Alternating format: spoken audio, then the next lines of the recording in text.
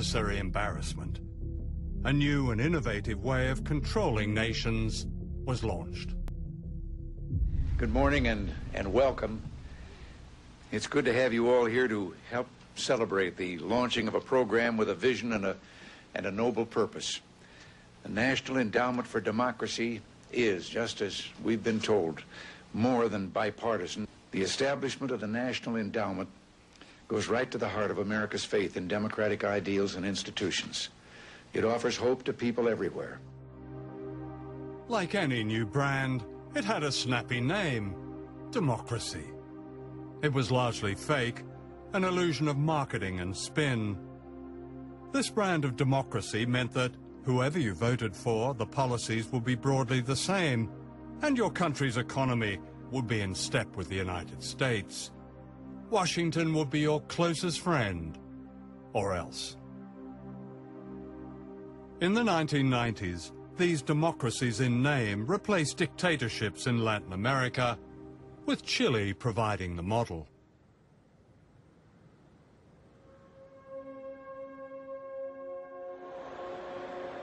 This is the commercial center of Santiago, Chile. On the surface today, everything seems normal, modern, prosperous. To the Bush administration, Chile is the very model of economic success. A laboratory experiment, according to the magazine Business Week. Much of life has been privatized. There are now billionaires, and the rich are getting richer. Pinochet fixed the country. Who says? The United States? No. The World Bank says, the Inter-American Bank says, everybody says it. He brought about an economic miracle in Chile. And I'm saying he had the brains for it, but he had the brains to hire all these people, Chileans, who had studied at the University of Chicago, who knew something about real economics. Real economics were advocated by Milton Friedman, an extreme right-wing economist at the University of Chicago. Friedman was invited to perform his laboratory experiment on the economic life of Chile. The families of the tortured and disappeared were silent witnesses. Without irony, he called his experiment shock treatment. Please be seated. Well, thank you all very much. It's an honor for me to be here to pay tribute to a hero of freedom, Milton Friedman. He has used a brilliant mind to advance a moral vision. We have seen Milton Friedman's ideas at work in Chile, where a group of economists called the Chicago Boys brought inflation under control and laid the groundwork for economic success.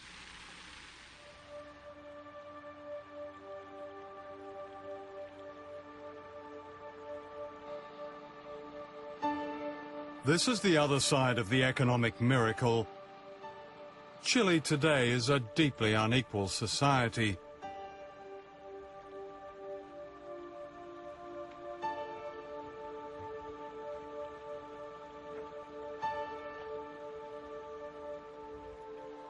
This shanty town is just minutes from Santiago's smart hotels. Hay tantos cesantes, hay miles de cesantes, los jóvenes, y el que trabaja no alcanza para nada. ¿Y con qué paga la luz? ¿Con qué paga el agua? Hay que comprar el gas, todas las cosas que hay que comprar. Diariamente la mamá dice, ¿qué hago para la comida de los niños? ¿De dónde saco dinero?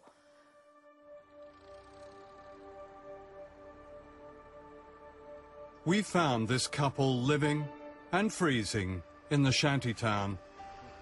They're homeless and have a week-old baby. Si usted puede describir un poco cómo es vivir en estas condiciones. Para empezar, el frío en la noche. Difícil. El frío en la noche es súper difícil. Por mi guagua tuvimos que prender la cocina. ¿Cuánta gente en Chile vive de esta manera? En realidad, yo creo que mucha gente. Y en peores condiciones que nosotros. Pero hay gente que no simplemente no recibe ayuda porque no nomás, porque no hay ayuda. ¿A dónde se van a ir entonces? A la calle. No, de que dormir en la calle otra vez, pues, si hemos dormido en la ¿Ya calle. hemos dormido en la calle? En el extranjero, en Europa y en Estados Unidos y en otros lugares, se dice que Chile tiene una reputación como un país rico, acomodado. Sí. ¿Qué es lo que ustedes dicen a eso? Sí, Eso yo creo que puede sí. ser, es verdad, pero Es para verdad, la gente pero que... eso es para la gente que quiere, no para nosotros. Chile is a democracy now, in theory. A complicated voting system splits the vote and discourages real reform. It's a product of General Pinochet, based on a constitution that's also a product of Pinochet. The general may be dead, but the power of the military remains. It's all very modern, the media is safe, and many believe it's wise to be silent, like the graves of their forgotten compatriots. It's Washington's ideal democracy. La dictadura tuvo un gran éxito en Chile desde el punto de vista de que estableció un modelo político, económico y social que todavía permanece hasta el día de hoy, porque en esencia no se ha cambiado la Constitución que impuso la dictadura en 1980. No, nosotros no perseguimos democracia porque esa palabra está tan manoseada que no se entiende. Aquí hay una persecución contra los pobres, y no es en Chile, en toda América Latina está pasando eso. Yo creo que la gente que estudia sabe que ese punto de seguir así va a reventar en alguna cosa eso. Yo pienso que el pueblo va a despertar y va a decir, basta, ¿hasta cuándo?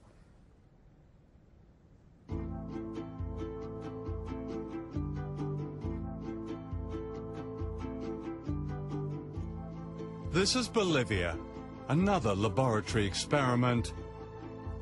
The majority of the population of this spectacular, brutalized country high in the Andes have also been invisible until recently.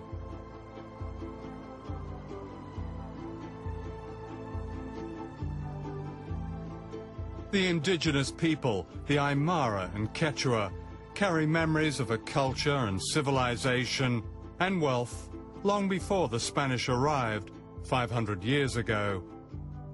They remember how a single hill of silver underwrote the entire Spanish Empire, while they became the poorest.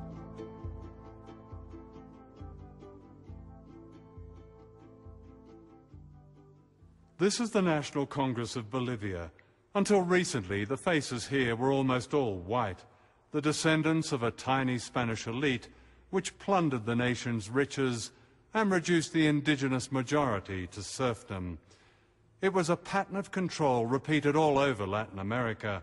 The pattern has been broken in Bolivia with the rise of social justice movements of a kind never seen before, and whose democratic home is not Westminster or Washington or any other so-called model, but in the streets, the mines, the barrios, the fields. Governments that defy this popular power, this true democracy, do so at their own peril.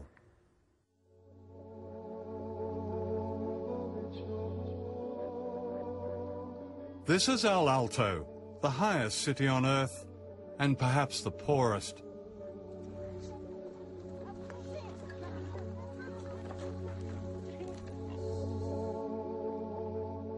The occupants of this cemetery on the roof of the world are mainly children. Protected, they say, by the sacred mountain Illimani, El Alto overlooks Bolivia's capital, La Paz.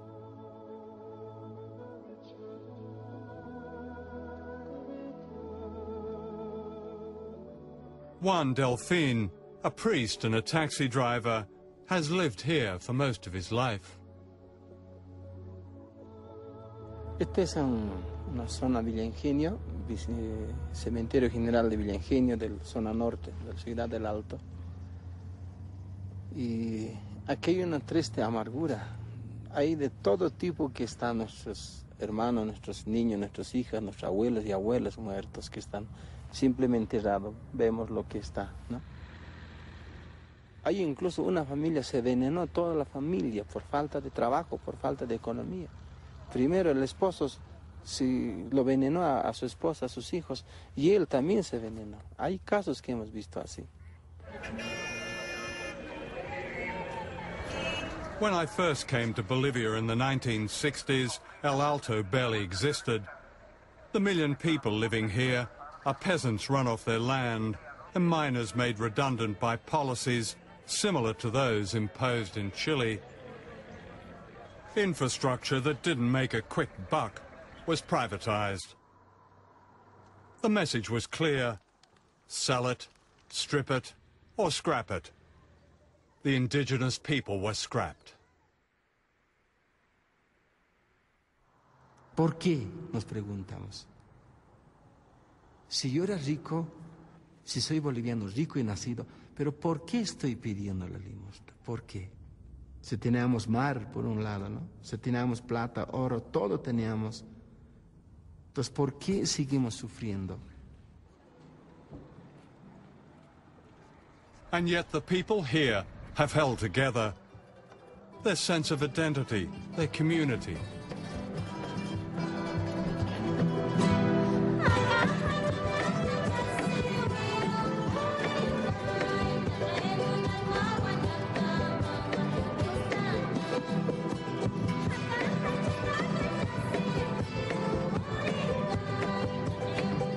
In the year 2000, the people of Bolivia's second city, Cochabamba, fought an epic struggle to win back their most basic resource, water, from a foreign consortium dominated by the American corporation Bechtel. And they won.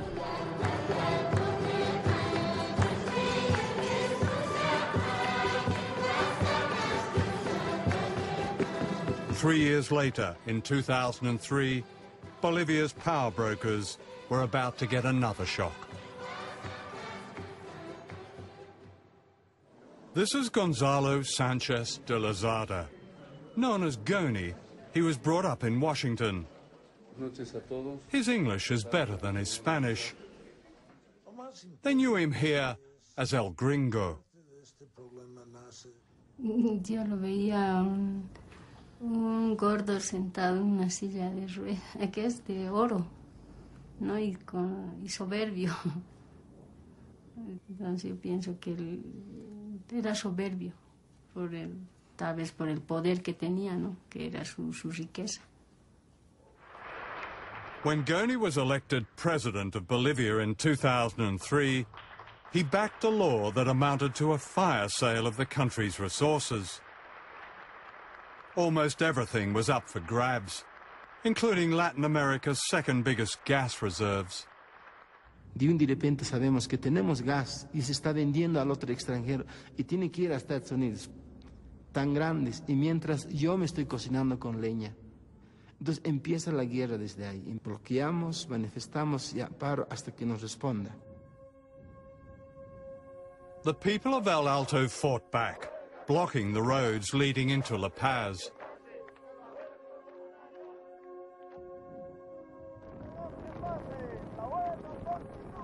Se bloquee, que no se deje, que no vuele una mosca, decían. La gente ya salía a bloquear y no dejamos pasar las movilidades, ¿no? Pero eso se ha ido ya, ¿cómo se dice? Intensificando. Goni's response was the traditional Latin American way. He sent in the army to crush dissent.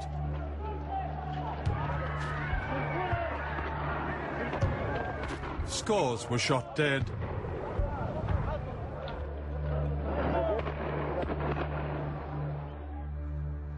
Many were brought to Juan Delfin's church. Las mesas han hecho así, y estaba aquí en las mesas, y estaba aquí los cadáveres estaban aquí, entonces, y aquí es lo que incluso a los muertos hasta con clavos le sacaron las balas las sacaron, le tiraron a otro lado, y era triste el ver aquí todo esto.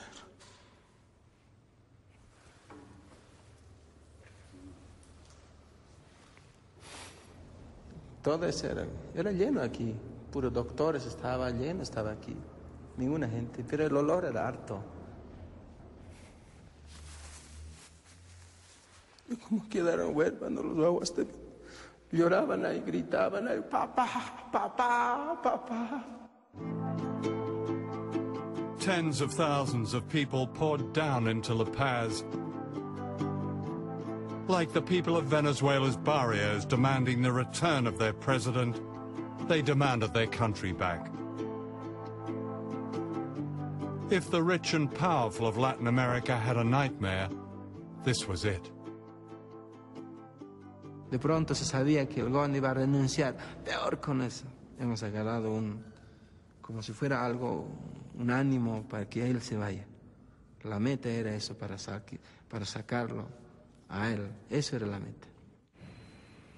Goni fled to the United States and is today living in a smart suburb of Washington. In October 2004, the Bolivian Congress ordered his arrest on charges of bloody massacre. George Bush has said, governments that harbor terrorists are as guilty as they are. Pero toda esta oscuridad estamos así. El oscuro que nos ve. Toda la oscuridad. This extraordinary mural was painted by Juan Delfin. It's a cry of freedom from an entire continent. Todo mataron, pero nosotros defendemos este pueblo aymara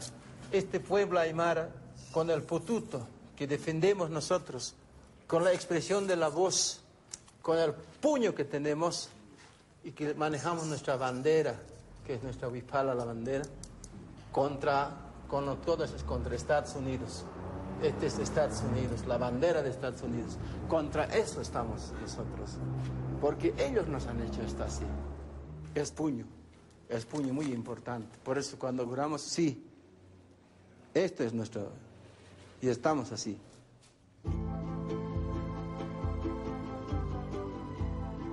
In 2005, the people of Bolivia took an historic step. For the first time ever, an indigenous person was voted president in a landslide. Like Chavez in Venezuela, Evo Morales offered a new democracy and a new beginning. Quisiéramos que todos empecemos a trabajar. Se acabó las fiestas, se acabó la luna de miel, ahora es trabajo permanente para cambiar nuestra Bolivia. Sin duda que está creciendo, se está propagando por todo el continente de América Latina, el Caribe, pero sobre todo en Sudamérica. Yo me la paso recorriendo esta América Latina desde Buenos Aires hasta Brasilia, Montevideo, La Paz, y por todos lados hay un fervor desatado, hay un fervor. In Latin America, there's now a host of leaders offering new beginnings. Of course, history is crowded with heroes who offer new beginnings. The respectability of great power and its games and deals and plunder always better. If these new leaders succumb, the biggest threat may not be from Washington, but from the people on the hillsides.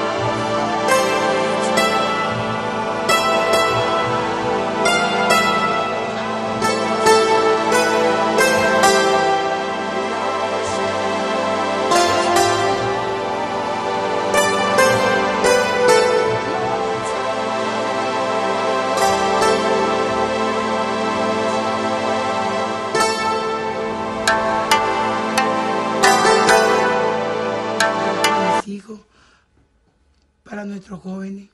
Y esa lucha no es solamente de Chávez, esa lucha es nuestra.